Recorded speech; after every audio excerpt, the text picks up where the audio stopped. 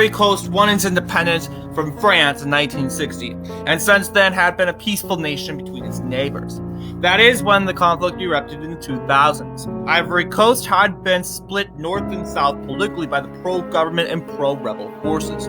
In the 2000s, the Ivory Coast held its 2000 elections, but the country had seen a rise of Burkina Faso immigration and wanted to make sure that the presidential winner was from the Ivory Coast. They then passed a referendum excluding non-Ivorians to run in the presidential election, which meant that Alassane Ouattara was out of the race. Ouattara was a born Ivorian, but represented the Muslim North and poor immigration workers. So, outraged northern troops mutinied and launched attacks in many cities. They then controlled the north of the country on September 19, 2002.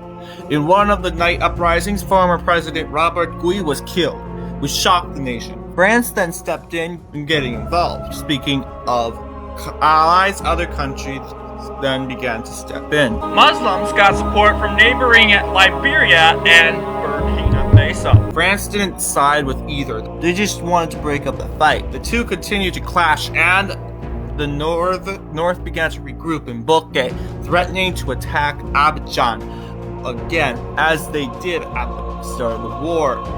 The 17th of October, a ceasefire was signed and negotiations started, but the ceasefire nearly collapsed on January 6, when the two groups of rebels attacked French positions near the town of Bouquet. The French continuously tried to negotiate terms of peace with the Kléber agreements, and this stopped fighting for a little bit until 2004, when the timetable outlined in the final version of the Linas Marquis Accord was not respected.